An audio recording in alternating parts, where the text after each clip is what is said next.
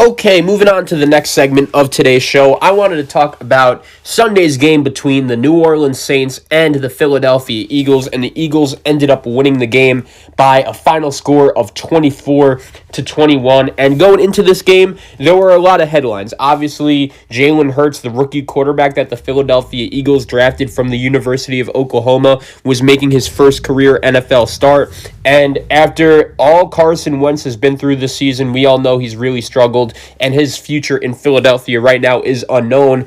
Eagle fans finally got some positive. They got a big-time win over the team that going into this game was also the number one overall seed in the NFC. That is the New Orleans Saints. And with this win by Philadelphia, that puts New Orleans right now in the second place spot in the NFC, and right now the NFC will go through Lambeau Field and the Green Bay Packers. But we'll talk about the Saints a little later. I wanted to talk about the Philadelphia Eagles, and I feel like I say this every week. The Philadelphia Eagles, for a team that is 4-8-1, they get talked about a lot on this show, and I feel like the only reason for that is because this quarterback situation in Philadelphia is pretty similar to basically nothing we've ever seen before. I've never really seen a quarterback making as much money as Carson Wentz and just really fall off a cliff so quickly. And to make myself clear, I don't think Carson Wentz and his career in the NFL is done. I do think that if you give that guy some good weapons, a good offensive line, to be more specific, then the Philadelphia Eagles and Carson Wentz could go their separate ways, move on, and Carson Wentz could be successful somewhere else. A lot of people have mentioned that the Indianapolis Colts could be a possible destination for him to go to, given the history with him and Frank Reich and all of that. But ultimately, here is the main problem that the Philadelphia Eagles have to realize. It's that Carson Wentz is still going to be owed $35 million next year. And if the Philadelphia Eagles don't want him on the team, I'm not necessarily sure if there's going to be any other team in the league that is willing to take that money, even for a quarterback like Carson Wentz. And that's another thing. A lot of people yesterday were watching the Philadelphia Eagles beat the New Orleans Saints, and I'll admit, Jalen Hurts played really well. He has a lot to be proud of. The fact that in his first NFL start, he gave the Eagles a spark. He was very good. He was very dynamic, and he had a really nice job of balancing throwing the ball and running the ball. And in terms of Jalen's future in Philadelphia, I don't think anyone knows what's in store. But at the same time, I do think if you're the Philadelphia Eagles, you make Jalen your starting quarterback for the rest of the season and see what he could do from there. And if you're impressed, I have no problem with the Philadelphia Eagles deciding to bring back Jalen Hurts next year to be the starting quarterback if he succeeds. But here is ultimately my problem with the Philadelphia Eagles, and I think this is something that Philadelphia Eagle fans really have to remember here. Should the Philadelphia Eagles and their fans be happy about the fact that they beat the New Orleans Saints yesterday? Absolutely. It was a great win. Jalen Hurts played well. They finally got Miles Sanders and the running game involved, and Doug Peterson called a great game. He deserves credit for the way he had his team ready to play and coming out on Sunday. But at the same time, here's my issue. There are a lot of Philadelphia Eagle fans that are out here today so excited and saying, okay, the disaster is finally over. Carson Wentz is done as a Philadelphia Eagle. Jalen Hurts is ready to be the guy to take us to the promised land.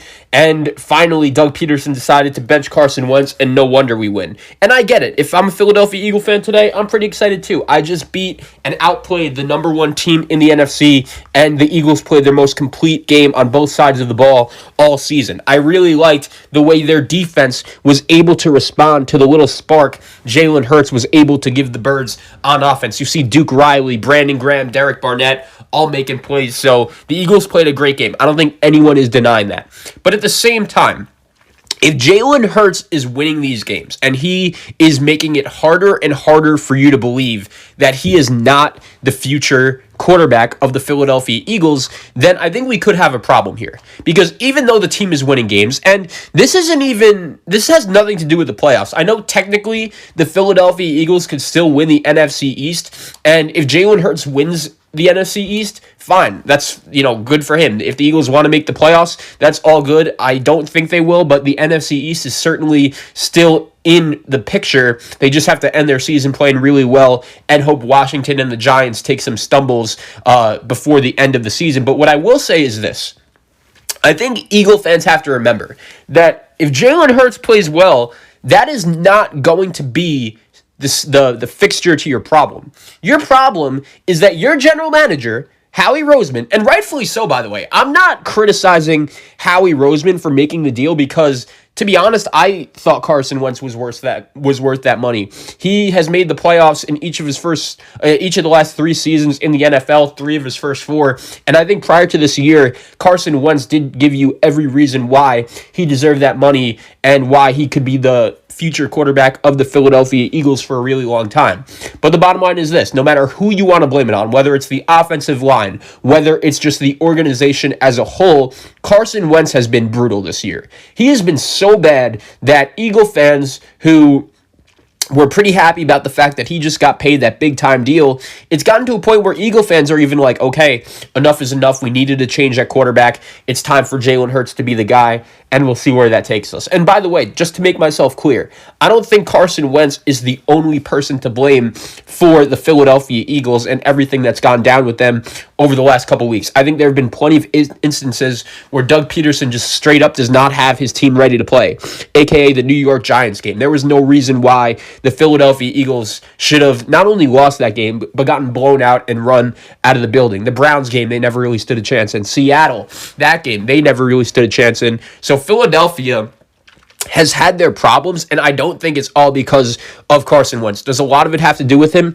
Yes, absolutely. But Doug Peterson, I thought, when Wentz was playing, needed to be a better play caller. I think the Philadelphia Eagles offensive line needed to be better. I totally understand that it's super banged up without Lane Johnson. Jason Peters is a shell of his former self. I totally understand all that. Brandon Brooks has been out since the beginning of the season.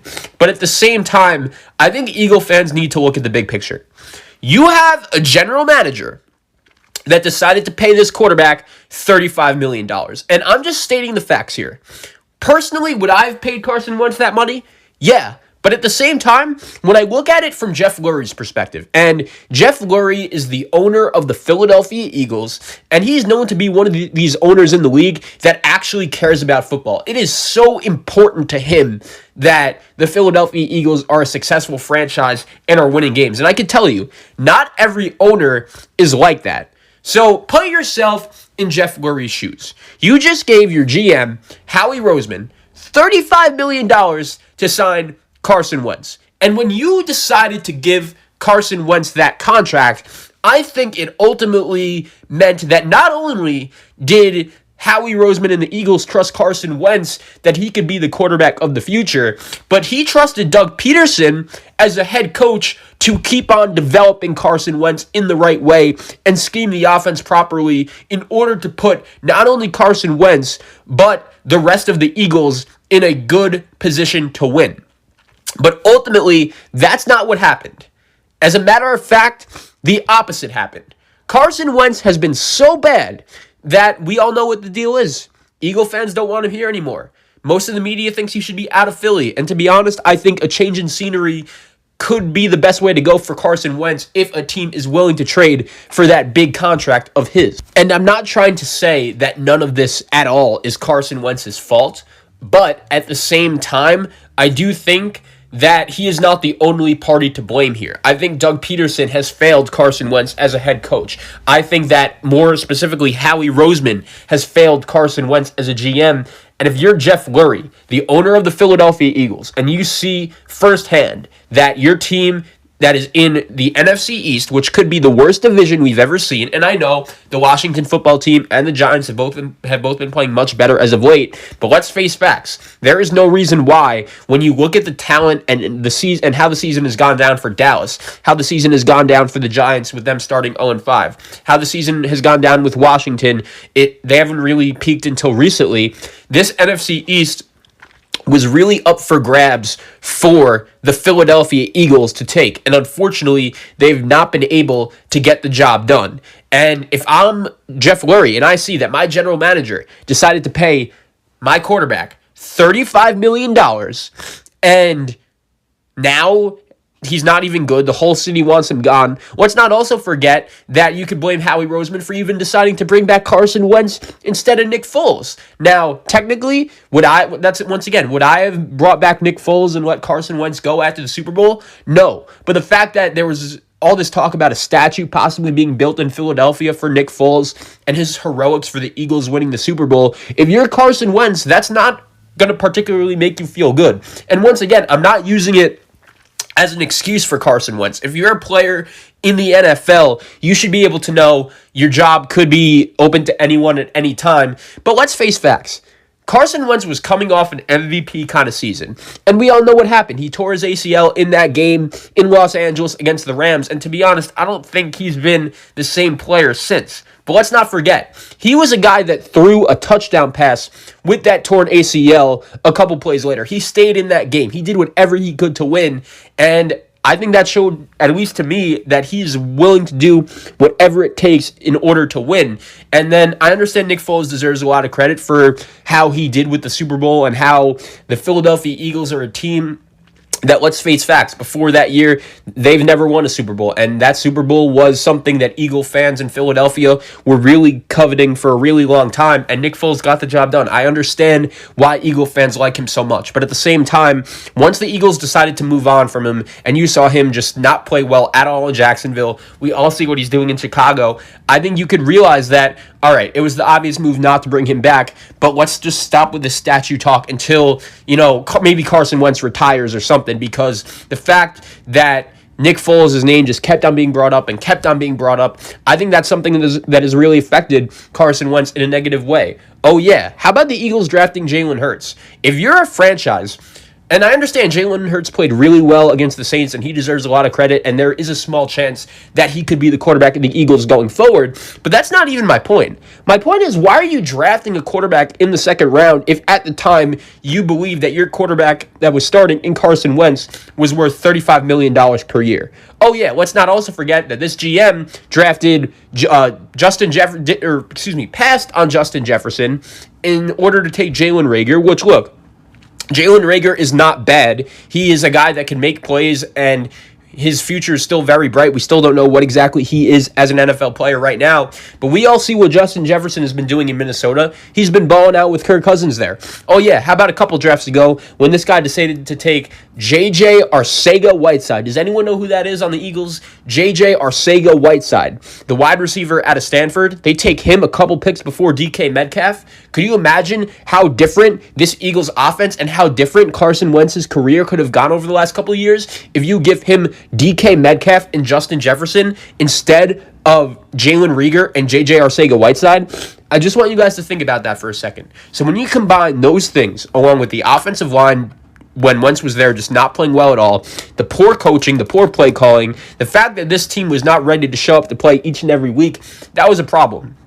Now, I think if the Eagles could trade Carson Wentz, it would be the best move for both sides, but I just hate how Eagle fans and some of the media are trying to sit here after this game against the Saints and tell me, bar none, Jalen Hurts is the future of this team, and he's going to be a guy that definitely works in the NFL for long term, and everything is fine if you're a Philadelphia Eagle fan after this win. No, you still have plenty of problems, and it starts with the quarterback you're paying $35 million to sit on the bench.